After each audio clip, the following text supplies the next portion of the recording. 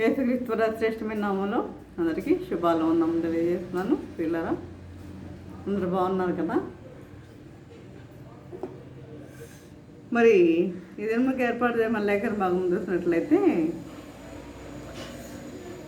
ద్వితీయోపదేశకాండం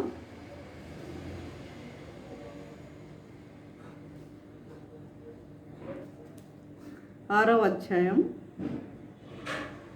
10వ వచనం చదువుతున్నాం. చూడండి.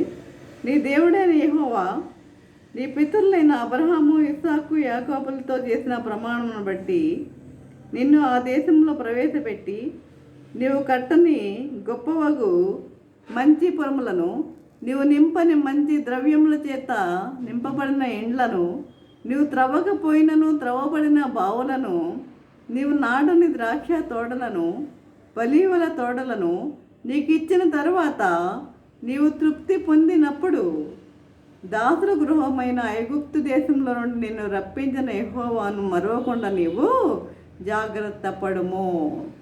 దేవుడు పరిశుద్ధ వాక్యం దీవించును గాక. ఆమేన్. నేను ప్రార్థన చేసుకుందాం.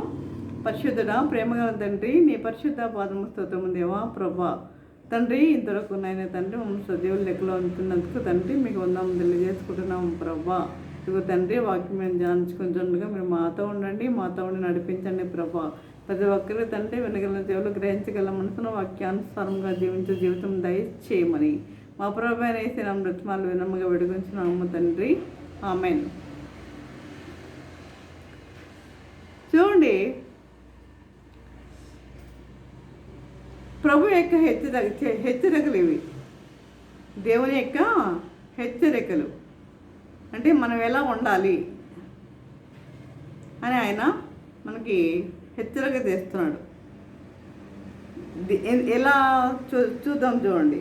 నీ దేవుడైన యెహోవా నీ పితరులైన అబ్రహాము, ఇస్సాకు, యాకోబులతో చేసిన ప్రమాణమును బట్టి నిన్ను ఆ దేశంలో ప్రవేశపెట్టి నీవు కట్టని గొప్పవగు మంచి పురములను, నీవు కట్టని గొప్పవగు మంచి పురములను, నీవు నింపని మంచి ద్రవ్యముల చేత నింపబడిన ఇండ్లను, నీవు త్రవ్వకపోయినా త్రవ్వబడిన బావులను. ఎవరికి హెచ్చరికలివి? ఇశ్రాయేలీయులకి. మంచి ద్రవ్యముల చేత నింపబడిన ఇండ్లను, నీవు త్రవ్వకపోయినా త్రవ్వబడిన బావులను, నీవు నాటని ద్రాక్ష తోటలను. నీవు నాటలేదు ద్రాక్ష తోటలు, నువ్వు కట్టలేదు ఇళ్ళు, నీవు త్రవ్వలేదు బావులు. అయితే నీవు ద్రాక్ష తోటలను, ఒలీవల తోటలను నీకు ఇచ్చిన తరువాత నీవు తిని తృప్తి పొందినప్పుడు దాసుల గృహమైన ఐగుప్తు దేశంలో నుండి నిన్ను రప్పించిన యెహోవాను మరవకుండా నీవు జాగ్రత్త పడము. ఎక్కడి నుంచి రప్పించాడు దేవుడు ఇశ్రాయేలీయుల్ని? దాసుల గృహమైన ఐగుప్తు దేశం నుండి రప్పించి ఇవన్నీ వారు ఏమైనా కష్టపడ్డారా? కష్టపడలేదు. మరి నింపని మంచి ద్రవ్యముల చేత నింపబడిన ఇండ్లను, నీవు త్రవ్వకపోయినా త్రవ్వబడిన బావులను, ఒలీవల తోటలను, ద్రాక్ష తోటలను, ఇవన్నీ కూడా ఉచితముగా ఇచ్చాడు దేవుడు. వారు ఏమైనా కష్టపడ్డారా? కష్టపడ్డా. మరి దాసుల గృహమైన ఐగుప్తు దేశంలో నేను రప్పించిన యెహోవాను మరవకుండా నీవు జాగ్రత్త పడుము. మరవద్దు. దేవుడు నీకు ఇవన్నీ ఉచితముగా ఇచ్చాడే, నీవు మరవవద్దు అని దేవుడు హెచ్చరిక చేస్తున్నాడు. పిల్లరా, మరి చాలామంది ఎట్లా ఉంటారంటే, మరి అన్నీ వచ్చిన తర్వాత, వారికి అన్నీ సమకూడిన తర్వాత ఏం చేస్తారు? దేవుడైన యెహోవాను మర్చిపోయేవారిగా ఉంటారు, ప్రభువును మర్చిపోయేవారిగా ఉంటారు. అలాంటి జీవితము మనకి వద్దు. అదేవిధంగా దేవుడైన యెహోవాకు భయపడి ఆయనను సేవించి ఆయన పేరిట ప్రమాణం చేయవలెను. మీరు ఇతర దేవతలను అనగా మీ చుట్టూనున్న జనముల దేవతలను సేవింపవద్దు. మీరు ఎవరిని సేవించాలి? చుట్టూ ఉన్న దేవతలను సేవించొద్దు. మీరు ఎవరిని సేవించాలి?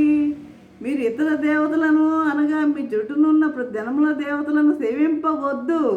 నీ మధ్యను నీ దేవుడైన యెహోవా రోషము గలవాడు. జాగ్రత్త, రోషము గలవాడు నీ దేవుడు. ఇతర దేవతలను వీరిని సేవించొద్దు. కనుక నీ మధ్యను నీ దేవుడైన యెహోవా రోషము గల దేవుడు కనుక నీ దేవుడైన యెహోవా కోపాగ్ని ఒకవేళ నీ మీద రగులుకొని దేశంలో నుండకుండా నిన్ను ఏం చేస్తాడంట? నశింపజేస్తాడంట. ప్రియులారా, చూసారా? నశింపజేస్తాడంట. ఎప్పుడు? నీ చుట్టూ ఉన్న దేవతలను, సమస్త దేవతలను నువ్వు సేవించినప్పుడు. ఎవరిని మర్చిపోయి? నీకు అన్ని సమృద్ధిగా ఇచ్చాడే ఆ దేవుణ్ణి నువ్వు మర్చిపోయి నీ ఇష్టానుసారంగా నువ్వు జీవిస్తున్నావే, అప్పుడేం చేస్తాడంట? నీ దేవుడైనా యెహోవా రోషము గల దేవుడు గనక అప్పుడేం చేస్తాడంట? నిన్ను ఆ ప్రాంతంలోనే ఉండకుండా, ఆ దేశంలోనే ఉండకుండా ఏం చేస్తాడంట? నశింపజేస్తానంటున్నాడు. నశింపజేస్తానంటున్నాడు. ప్రియులారా, ఇది గుర్తుపెట్టుకోండి. ఇది చాలా గొప్ప హెచ్చరిక. ఇది దేవుడు మనకి ఇచ్చింది. మనం మర్చిపోతాం. మనకి సంపాదన ఎక్కువైనప్పుడు మర్చిపోతాం, ఇళ్ళు ఎక్కువైనప్పుడు మర్చిపోతాం, అన్నీ మనం మర్చిపోయేవారిగానే ఉంటాం. కనుక ఈ విధంగా నువ్వు మర్చిపోవద్దు.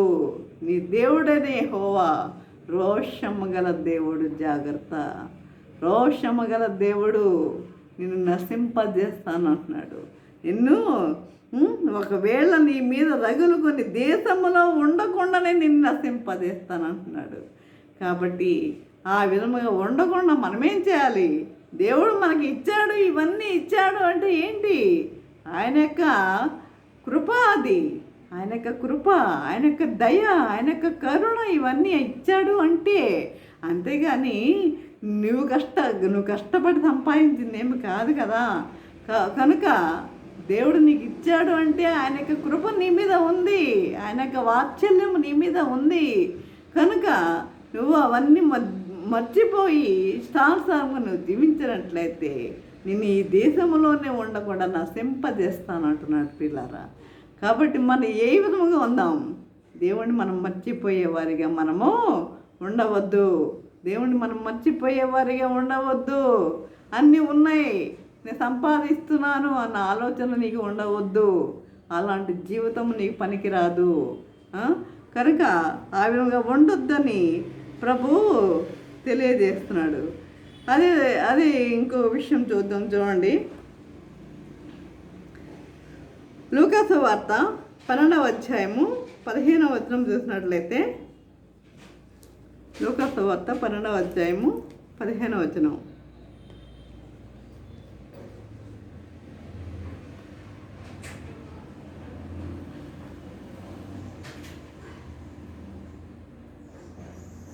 మరియు ఆయన వారితో ఈ ఉపమానం చెప్పాను.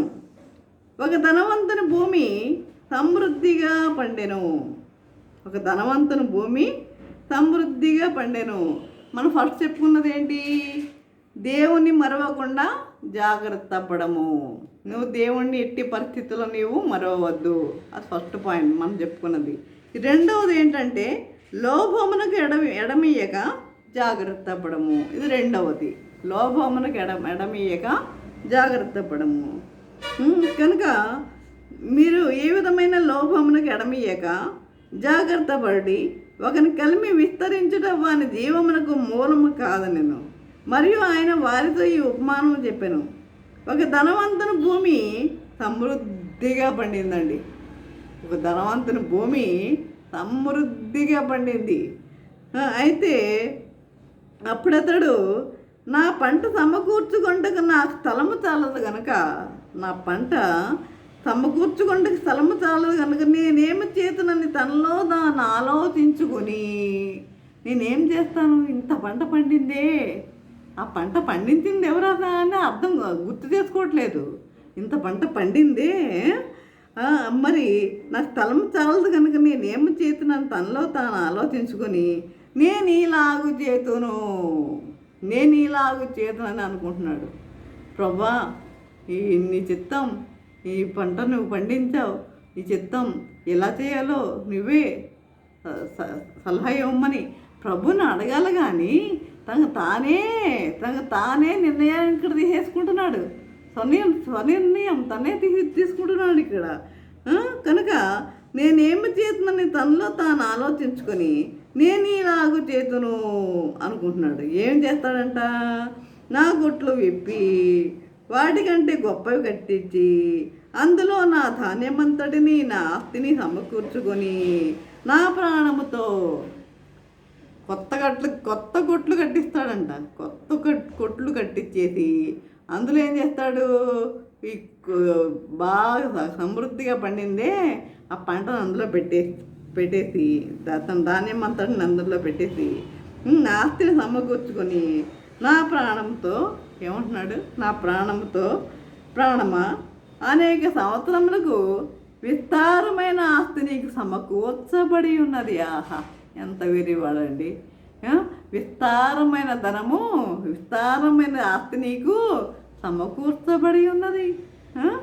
సుఖించుము, తినుము, త్రాగుము, సంతోషించుమని చెప్పుకుందును అనుకుంటున్నాడు.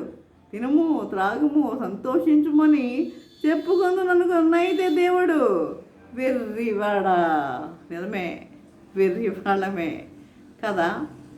కాసేపటికి ఏమవుతుందో మన జీవితం మనకు తెలుసా? తెలీదు. వెర్రివాళ్ళమే.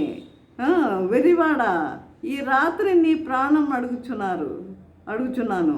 నీవు సిద్ధపరిచినవి ఇవ్వనివ్వగనని అతనితో చెప్పాను. దేవుని ఏడల ధనవంతుడు కాక తన కొరకే సమకూర్చుకునేవాడు అలాగుననే ఉండునని చెప్పాను. కాబట్టి మనం సంపాదించింది ఈ ఆస్తి అంతా ఎవరిచ్చింది? ఈ ఆస్తి ఇచ్చింది అంతా ఎవరు? దేవుడు కాదా? ఆ ప్రభువు కాదా? మనకి సమృద్ధిగా ఇచ్చిందంతా ప్రభువు కాదా? మనకి ఈరోజు ఎప్పుడైనా సరే మనకి కావాలి అంటే మనకి సమకూర్చేది ఆయనే కదా.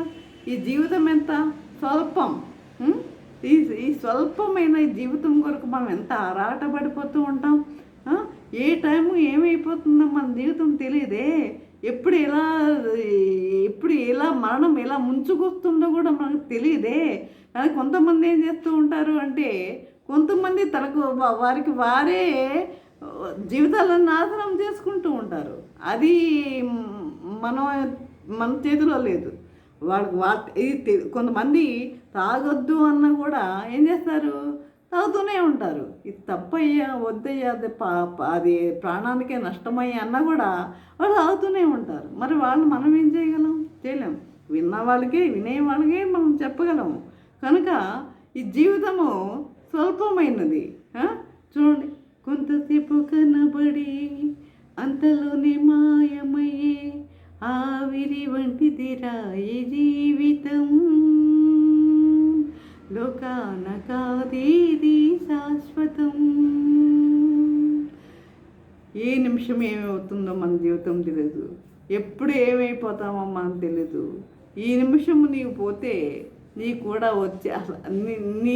కూడా వచ్చేది ఈ పూచిక పుల్ల కూడా నీ కూడా రాదు. ఇదంతా మనకు తెలుసు కూడా మనం ఆరాటపడిపోతూ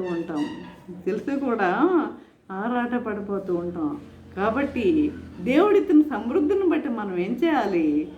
మనము ప్రార్థించే వారిగా ఉండాలి తప్ప మనము గర్వించే వారిగా ఉండొద్దు. నాకు ఇది ఉందని చెప్పి గర్వించొద్దు. గర్వం పనికిరాదు. ఎట్టి పరిస్థితుల్లో గర్వం అనేది పనికిరాదు. కొంతమంది నాకు ఏది జనబలం ఉందంటారు. అంటే వాళ్ళకున్న జనాన్ని బట్టి మాకు జనబలం, కొంతమంది ధనబలం, మరి కొంతమందికి బాగా ఏది జనబలం, ధనబలం, ఇట్లా రకరకాలుగా వాళ్ళు ఆలోచిస్తూ గర్విస్తూ ఉంటారు. ఈ గర్వం అనేది ఎంత మరి దేవునికి దృష్టిలో ఎంత అసహ్యమైనదో. గర్వ హృదయులందరూ హేయులు అంటాడు దేవుడు. గర్వ హృదయులందరూ నాకు హేయులు అని చెప్తాడు. అసహించుకున్నాడు గర్వ హృదయులందరినీ. కాబట్టి ఈ గర్వం అనేది మనకి వద్దు. గర్వంగా మనం జీవించే వారిగా ఉండొద్దు. దేవుని యందు భయభక్తులు కలిగి జీవించేవారిగా ఉండండి. ఏది ఇచ్చినా ప్రభా ఇదిగో ఇది నీ చిత్తం, నువ్వు నాకు ఇచ్చావు అని మనం చెప్పుకునేవారిగా ఉండాలి. కానీ నేను నా సంపాదన అని ఎప్పుడన్నా అన్నారా?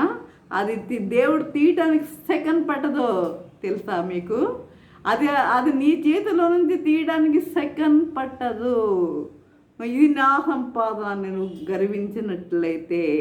కాబట్టి అలా గర్వించేవారిగా మీరు ఉండవద్దు. ఇక మనం రెండోది ఏంటి? లోభమున గడమేయక జాగ్రత్త పడము అన్న విషయాన్ని ధ్యానించుకున్నాం. ఇంకొకటి చూద్దాం, చూడండి.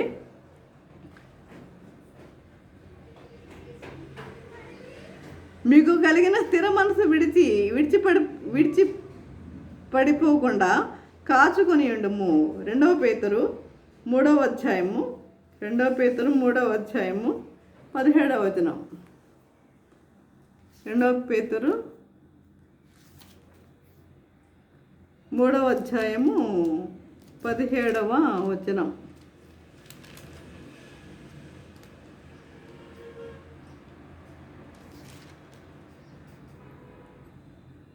ప్రియులారా, మీరు ఈ సంగతులు ముందుగా తెలుసుకొని ఉన్నారు కనుక మీరు నీతి విరోధుల తప్పు బోధ వలన తొలగింపబడి మీకు కలిగిన స్థిర మనసును విడిచిపడిపోకుండా కాచుకొని ఉండుడి. మన ప్రభువును రక్షకుడునైన